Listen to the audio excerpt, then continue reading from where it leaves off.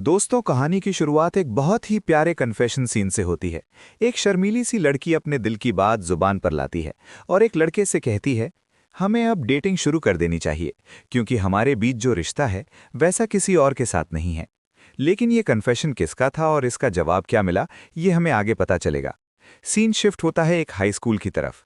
यहाँ हमारी main character Uno ली school के कोर्टयार्ड से गुजर रही होती है। तभी सामने से 3 स्टूडेंट्स आते हैं। उनमें से एक रेड हेयर वाली लड़की जानबूझकर दूसरी लड़की से टकराती है और बड़े ही ठंडे दिमाग से ताना मारती है, तुम्हें दूसरों के बॉयफ्रेंड को सिड्यूस करने की कोशिश नहीं करनी चाहिए। जब वो लड़की पीछे मुड़ती है तो रेड हेयर वाली लड़की सीधा यूनो का नाम लेकर चिल्लाती है। यूनो उसकी तरफ देखती तो है, पर बिना कुछ बोले बस अपने कंधे उचका देती है, जैसे उसे कोई फर्क ही नहीं पड़ता।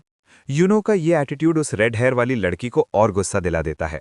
वो यूनो से लड़ने आगे बढ़ती है, पर उसके फ्रेंड्स उसे पकड़कर रोक लेते हैं। वो लड़की वहां से जाते हुए भी बड़बड़ाना बंद नहीं करती। वो कहती है, देखा तुमने यूनो का चेहरा, वो पागल हो गई है क्या? वो मुझे इग्नोर कैसे कर सकती है? लेकिन यूनो के लिए ये सब नया नहीं था। स्कूल में अक्सर ऐसी अफवाह उड़ती रहती थी कि यूनो अपने बचपन के दोस्त सिवा को किसी से मिलवाने से मना करती है। लोग कहते थे कि यूनो सिवा के साथ ट्रिप्स पर सिर्फ इसलिए जाती है क्योंकि वो उसके क्लोज है, पर उसे रीड द रूम आना चाहिए, यानी समझना चाहिए कि वो बीच में आ रही है। यूनो को इन बातों से कोई फर्क नहीं पड़ता था, क्योंकि वो बचपन से ही लोगों की गॉसिप का शिकार रही है। लोग मानते थे कि यूनो सिर्फ दिखावा करती है कि उसे सिवा पसंद नहीं, जबकि सच्चाई में वो सीक्रेटली उसके पीछे पड़ी है। पर असली सच तो ये था कि यूनो को लगता था सिवा की ऑलरेडी कोई गर्लफ्रेंड है, हालांकि उनका अभी अभी ब्रेकअप हुआ था। फिर भी ये रोज रोज की बकवास सुनकर यूनो भी पक चुकी थी। वो सोचती है, आखिर सब मुझे ही टारगेट क्यों करते हैं? गुस्सा तो मुझे आना चाहिए, इन लोगों को नहीं। तभी उसे किसी के बुलाने की आवाज आती है और उसे रियलाइज होता है कि वो लेट हो चुकी है। इन सारी मुसीबतों की जड़ यूनो सिर्फ एक ही इंसान को मानती थी, और वो था सिवा कॉन्ग। स्कूल के बाहर सिवा काफी देर से उसका इंतजार कर रहा था। जब यूनो उसके पास पहुंचती है और गाड़ी में बैठती है, तो वो मन ही मन सोचती है कि उसकी लाइफ का सारा स्ट्रेस और शोर शराबा इसी लड़के की वजह से है। सिवा के बारे में बात करें तो वो दिखने में किसी सेलिब्रिटी से कम नहीं था। उसने अपने फेमस एक्टर पेरेंट्स से उनके लुक्स इनहेरिट किए थे। पढ़ाई हो या स्पोर्ट्स, वो हर चीज में परफेक्ट था। और उसका नेचर बहुत फ्रेंडली था, बिल्कुल अपने नाम की तरह। वो सूरज जैसा चमकता था, जैसा बाकी लोग कहते थे। लेकिन यूनो के लिए वो सूरज उसे रोशनी नहीं बल्कि जलन देता था। यूनो को समझ नहीं आता था कि लोग उसे इतना क्यों मानते हैं, क्योंकि उसके हिसाब से ये स्वीट इमेज शिवा पर सूट ही नहीं करती। गाड़ी में अचानक यूनो देखती है कि सिवा अपने फोन को बहुत सीरियस होकर घूर रहा है। यूनो थोड़ा वरिड हो जाती है और पूछती है, क्या हुआ, सब ठीक है? सिवा एक पल के लिए फ्रीज हो जाता है, फिर फोन रखकर कहता है, कुछ नहीं, वैसे मैंने आज की ट्यूटरिंग क्लास कैंसिल कर दी है। यूनो शॉक हो जाती है, क्या? पर ट्यूटर ने तो मुझे कुछ नहीं बताया। वो कंफर्म करने के लिए अपना फोन निकालने लगती है। तभी सिवा मुस्कुराते हुए कहता है, सिंपल सा रीजन है, आज तुम्हारा बर्थडे है, पढ़ाई छोड़ो, आज हम सेलिब्रेट करेंगे। सिवा बताता है कि उसकी मॉम सुबह से यूनो के लिए स्ट्रॉबेरी केक बेक कर रही हैं, जो यूनो का फेवरेट है। यूनो बस उसे देखती रह जाती है। उस पल में जब सिवा इतनी ब्राइटनेस के साथ मुस्करा रहा था, यूनो को पहली बार महसूस हुआ कि लोग सही कहते हैं, वो सच में सूरज की तरह चमक रहा था। उसकी प्रेजेंस में एक अजीब सी वार्मथ थी जो सबको अपनी तरफ खींच लेती थी। यूनो मन ही मन मान लेती है, शायद अनजाने में ही सही, पर वो भी उसे पसंद करने लगी है। घर पहुंचने पर सब ने यूनो को वार्मली विश किया। माहौल बहुत खुशनुमा था। सिवा की मॉम ने वो स्पेशल केक कट करवाया और फिर यूनो को एक छोटा सा बॉक्स दिया। जब यूनो ने उसे खोला तो अंदर एक बेहद खूबसूरत गोल्डन नेकलेस था। यूनो की आंखें चमक उठी। आंटी ने बताया कि उन्हें डर था कि वर्कआउट करते वक्त शायद ये कंफर्टेबल ना हो, पर उन्हें लगा यूनो को ये पसंद आएगा। यूनो इमोशनल हो गई। आंटी, आपको कैसे पता चला कि मुझे यही नेकलेस चाहिए था? आंटी ने स्माइल करते हुए कहा, मैं तुम्हें बचपन से जानती हूं बेटा। तभी एक मेड आकर आंटी को बुला ले जाती है। अब रूम में सिर्फ यूनो और सिवा रह जाते हैं। यूनो नेकलेस को देखकर खुश हो रही थी, फिर वो सिवा की तरफ मुड़ती है और अपना हाथ आगे बढ़ा देती है। सिवा कंफ्यूज होकर पूछता है, इसका क्या मतलब है? यूनो ने कहा, तुम्हें पता होना चाहिए मेरा बर्थडे गिफ्ट कहाँ है। सिवा इनोसेंट बनकर कहता है, मैंने तो कुछ नहीं लिया, तुम सच में एक्सपेक्ट कर रही थी? यूनो चिढ़ जाती है, मैंने तुम्हें तुम्हारे बर्थडे पर गिफ्ट दिया था। सिवा हंसते हुए चिढ़ाता है, डम्बेल्स, वो कोई गिफ्ट होता है?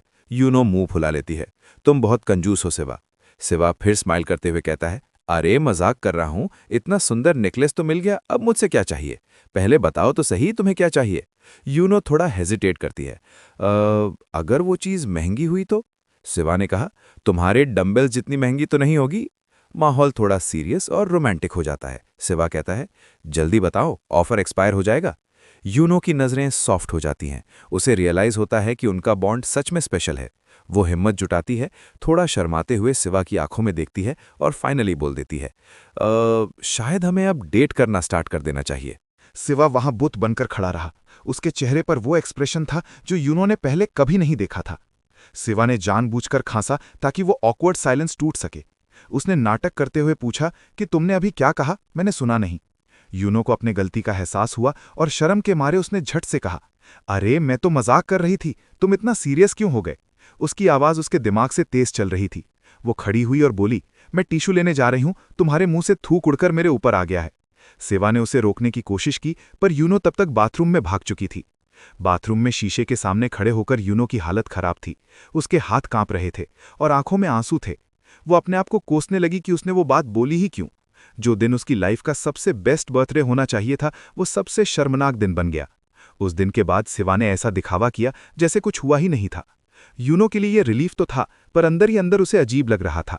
धीरे धीरे सब नॉर्मल हो गया, पर वो घाव यूनो के दिल में रह गया। उसने फैसला कर लिया कि अब वो कभी कन्फेस नहीं करेगी, क्योंकि दोस्ती बचाना ज्यादा जरूरी था। पर किस्मत को कुछ और ही मंजूर था। साल बीत गए और अब यूनो 22 साल की हो चुकी है। वो अब कॉलेज के फिजिकल एजुकेशन डिपार्टमेंट में 3rd ईयर में है। लेक्चर के दौरान वो ख्यालों में खोई हुई थी। सिवा को गए हुए साल हो चुके थे। वो विदेश चला गया था और उनके बीच कोई कांटेक्ट नहीं था। 16 साल की दोस्ती मानो पिछले जन्म की बात लगने लगी थी।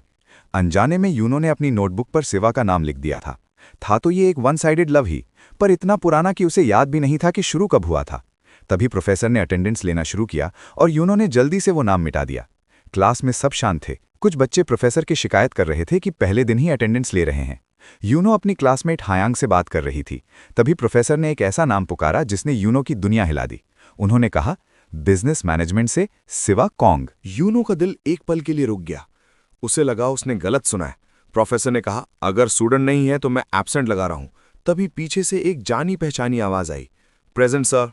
यूनो ने धीरे से पीछे मुड़कर देखा। वहां एक लड़का खड़ा था जो सीधा यूनो की आंखों में देख रहा था। वो सिवा था। उसने हल्की से स्माइल किया और कहा, इतने साल बाद मिले हैं, क्या तुम मुझे न पहचानने का नाटक कर रही हो? यूनो को सांस लेना मुश्किल हो रहा था। उसे लगा था कि वो मूव ऑन कर चुकी है, पर उसे सामने देखकर सारी पुरानी फीलिंग्स वापस आ गईं। प्रोफेसर ने डांट कर कहा कि बातें बंद करो और बैठ जाओ। सिवा चुपचाप आकर यूनो के बगल वाली सीट पर बैठ गया।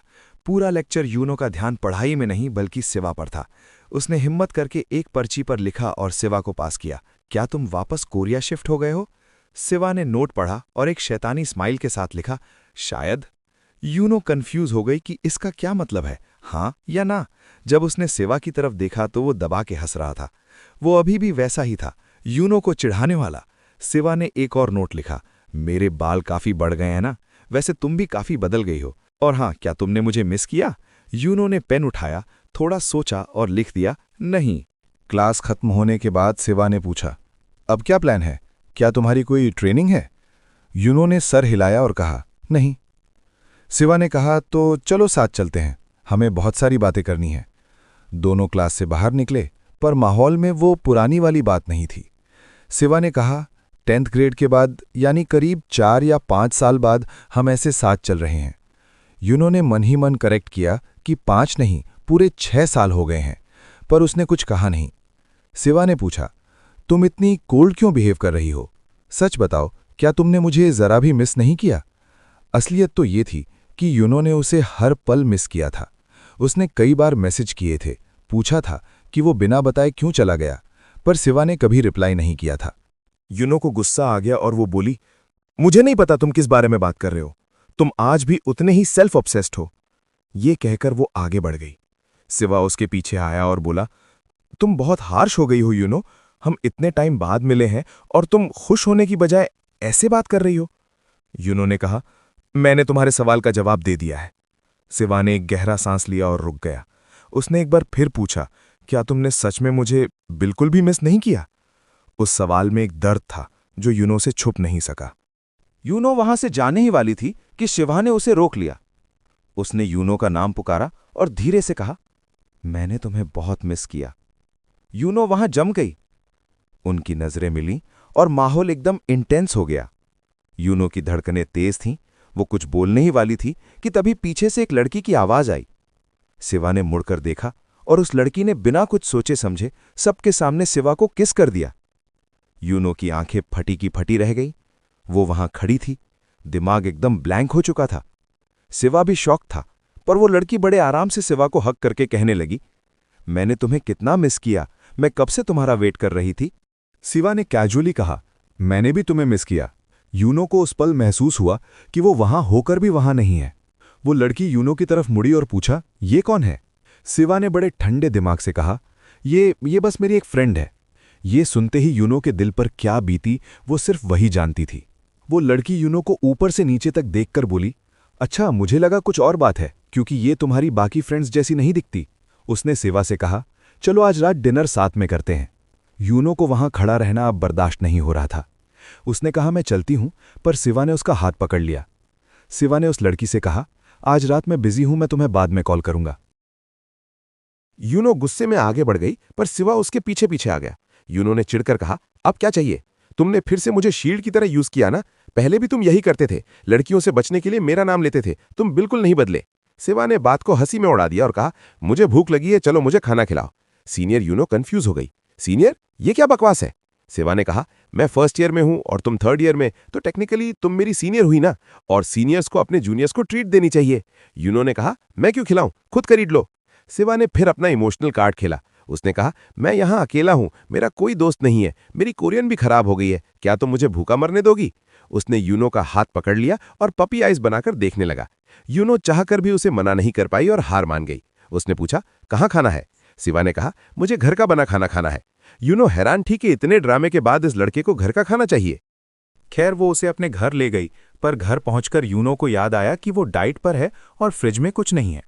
शिवा ने फ्रिज खोला तो देखा सिर्फ सब्जियां और अंडे हैं और नीचे वाले शेल्फ में सिर्फ इंस्टेंट नूडल्स।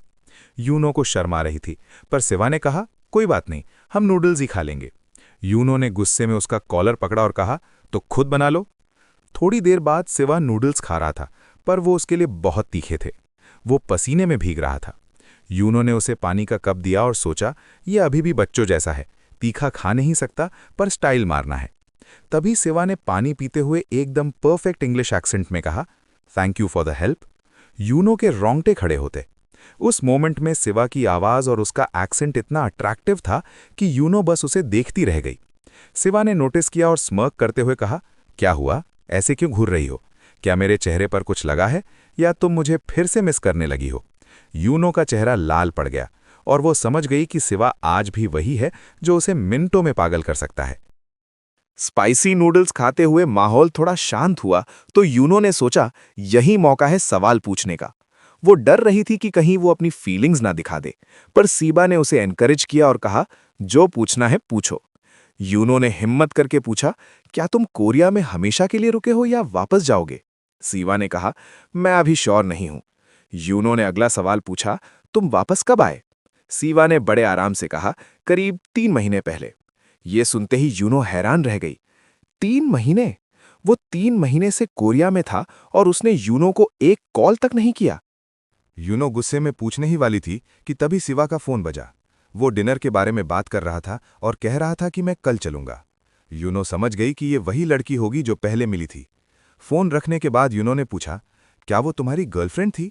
शिवा ने हैरानी से देखा और कहा, बिल्कुल नहीं, वो बस एक दोस्त है, और वैसे भी रिलेशनशिप्स में बहुत मेहनत लगती है, मैं इन सब चक्करों में नहीं पड़ना चाहता। यूनो को पुराने दिन याद आ गए जब शिवा लड़कियों को अवॉइड करने के लिए यही बहाना बनाता था। यूनो ने मन ही मन सोचा, ये आज भी वैसा ही प्लेयर है। तभी टीवी पर एक न्यूज आई, मशहूर एक्ट्रेस गे हम अपने करियर के 10 साल पूरे होने पर चैरिटी कर रही थी। न्यूज एंकर बता रहा था कि उन्होंने 1 बिलियन वॉन्ग डोनेट किए हैं। यूनो इम्प्रेस हो गई और बोलने लगी कि ये एक्ट्रेस कितनी अमेजिंग है। शायद शिवा इन्हें नहीं जानता होगा, पर ये कोरिया की टॉप स्टार हैं। यूनो ने नोटिस किया कि शिवा का चेहरा अचानक लाल पड़ गया है और वो थोड़ा अजीब बिहेव कर रहा है। जैसे ही यूनो ने पूछा क्या हुआ, सिवा का फोन फिर बजा और वो उठकर जाने लगा। यूनो ने उसका हाथ पकड़ लिया और पूछा, तुम गुस्से में क्यों लग रहे हो? सिवा ने एक फेक स्माइल के साथ कहा, मैं गुस्सा नहीं हूं, मैं तुम्हें बाद में कॉल करूंगा, और वो वहां से चला गया। यूनो रात भर उसके कॉल का इंतजार करती रही, पर कोई मैसेज नहीं आया।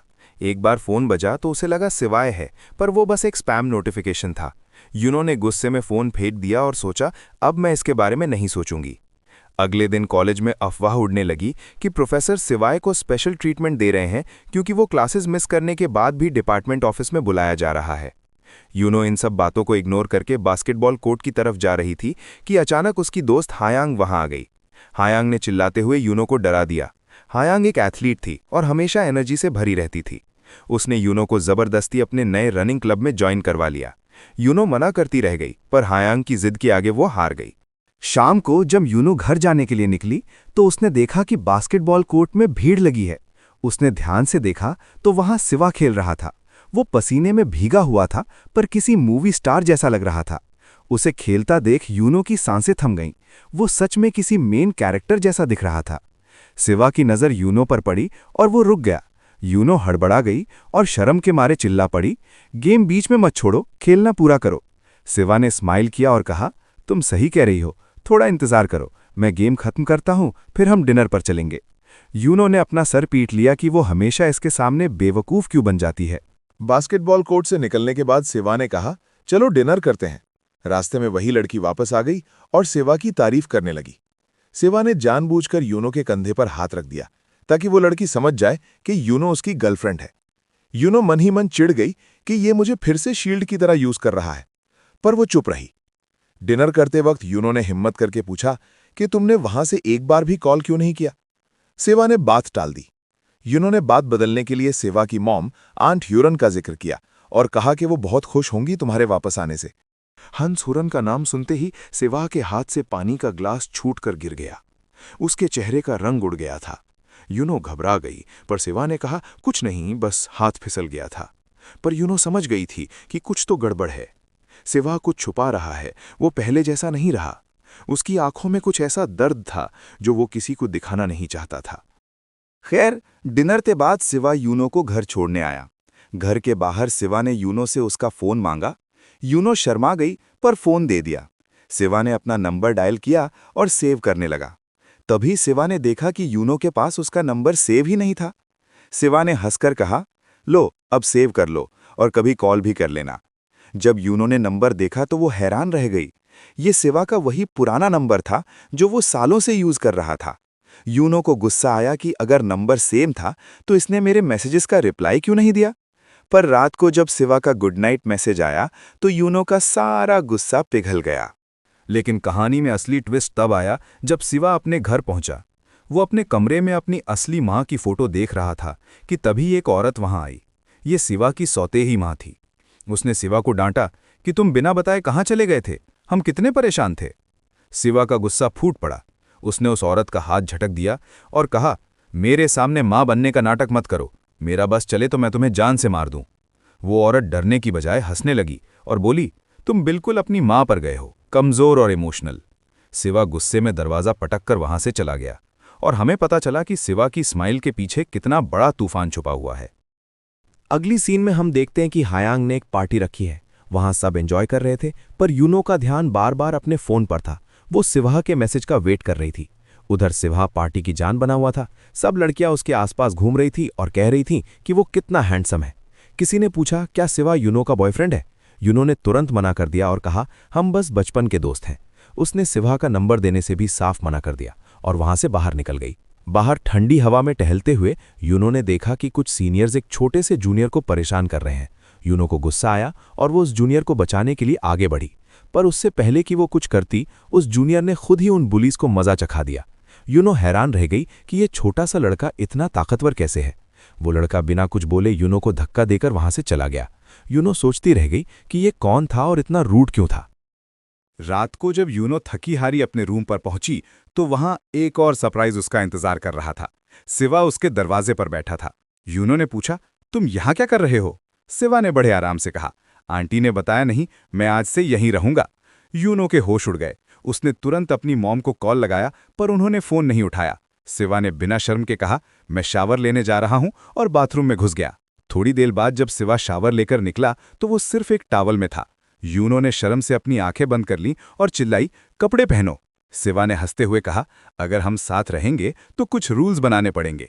यूनो ने कहा, ठीक है, पहला रूल ये है कि तुम पूरे कपड़े पहनोगे और मेरे रूम में बिना परमिशन के नहीं आओगे। सिवा ने कहा, ठीक है, पर मेरा भी एक रूल है, दिन में एक बार हमें साथ में खाना खाना होगा, क्योंकि अकेले खाने में मुझे लोनलीनेस फील होती है। यूनो ने मना किया तो सिवा ने धमकी दी कि वो फिर से टॉवल उतार देगा। यूनो घबरा गई और बोली, ठीक है, मैं मान गई। तभी यूनो की मॉम का कॉल आया और उन्होंने कन्फर्म किया कि हाँ बेटा, सिवा कुछ दिन वहीं रहेगा। उसकी फैमिली में कुछ प्रॉब्लम्स चल रही हैं। यूनो ने सिवा की तरफ देखा, जो अब शांत बैठा था। उसके चेहरे पर वो हमेशा वाली स्माइल नहीं थी, बल्कि एक अजीब सी उदासी थी। यूनो समझ गई कि ये लड़का जितना दिखाता है, उससे कहीं ज्यादा दर्द छुपा रहा है। यूनो फोन पर गुस्से में अपनी मॉम से लड़ रही थी। उसने कहा, मॉम, हम अब बच्चे नहीं हैं, ये कोई तरीका है रहने का? आप हमेशा सिवा की साइड लेती हैं, कभी मेरी फीलिंग्स के बारे में भी सोचिए। पर तभी मॉम की आवाज एकदम सॉफ्ट हो गई और उन्होंने वो बात बताई जिसने यूनो के पैरों तले जमीन खिसका दी। उन्होंने कहा, बेटा, आंट ह्यूरन अब इस दुनिया में नहीं रही, वो गुजर चुकी हैं। यूनो के हाथ से फोन फिसलते फिसलते बचा। आंट ह्यूरन? सिवा की मॉम अब नहीं रही। यूनो को याद आया कि उसकी मॉम हमेशा आंट ह्यूरन और सिवा का कितना ख्याल रखती थीं। मॉम ने कहा, भले ही देर हो गई है, पर मैंने ह्यूरन से वादा किया था कि मैं सिवा का ध्यान रखूंगी, मैं उसे अकेला नहीं छोड़ सकती। यूनो सुन्न हो गई। वो सारा गुस्सा शर्म और दुख में बदल गया। उसे समझ आया कि सिवा क्यों भाग कर आया है और क्यों वो इतना अजीब बिहेव कर रहा है। यूनो भारी मन से कमरे में वापस आई। सिवा टीवी पर एक मूवी देख रहा था जो उसने पहले भी देखी थी। यूनो ने नॉर्मल दिखने की कोशिश की और पूछा, कौन सी मूवी है? सिवा ने जवाब नहीं दिया, बस टीवी देखता रहा। मूवी में टाइम ट्रैवल की कहानी थी। सिवा ने अचानक पूछा, अगर तुम्हें मौका मिले तो क्या तुम पास्ट में वापस जाओगी? किसी ग्रांड एरा में नहीं, बस कुछ साल पीछे, जब हम छोटे थे। यूनो ने सोचा, शायद नहीं। सिवा ने खुद ही जवाब दिया, मैं भी नहीं जाऊंगा, क्योंकि लाइफ चाहे पास्ट हो या प्रेजेंट, हमेशा डिससैटिस्फाइंग ही होती है। ये सुनकर यूनो को महसूस हुआ कि सिवा अंदर से कितना टूट चुका है। उसके वर्ड्स में एक अजीब सी थकान थी। माहौल बहुत हैवी हो गया था, तो यूनो ने बात बदलने के लिए कहा, चलो आइसक्रीम खाने चलते हैं। रास्ते में सिवा ने थोड़ा स्माइल किया और यूनो को चिढ़ाने लगा, तुम्हें याद है बचपन में तुम 2-3 आइसक्रीम एक साथ खा जाती थी, और हॉट डॉग्स भी? तुम तो पूरी पिग लगती थी, आंट तुम्हें प्यार से पिगी बुलाती थी ना? यूनो ने गुस्से में कहा, मैं अब वैसी नहीं हूं, पर अंदर ही अंदर वो खुश थी कि सिवा कम से कम मुस्कुरा तो रहा है। वो दोनों एक बेंच पर बैठ गए। यूनो ने देखा कि सिवा के पैरों में अभी भी वही स्लिपर्स हैं। वो ठंडी हवा में ठिठुर रहा था। यूनो की आंखों में आंसू आ गए। उसे मॉम की बात याद आई कि सिवा ने अपनी मां को खो दिया है। यूनो ने फैसला किया कि जब तक सिवा खुद नहीं बताएगा, वो ऐसे बिहेव करेगी जैसे उसे कुछ नहीं पता। वो उसके दर्द को कुरेदना नहीं चाहती थी। पर तभी सिवा ने आइसक्रीम खाते हुए कहा, यूनो, मुझे कुछ बताना है, मुझे रोना आ रहा है। यूनो को लगा अब वो फाइनली वो बात बताएगा, पर सिवा के चेहरे पर एक्सप्रेशंस कुछ और ही कह रहे थे।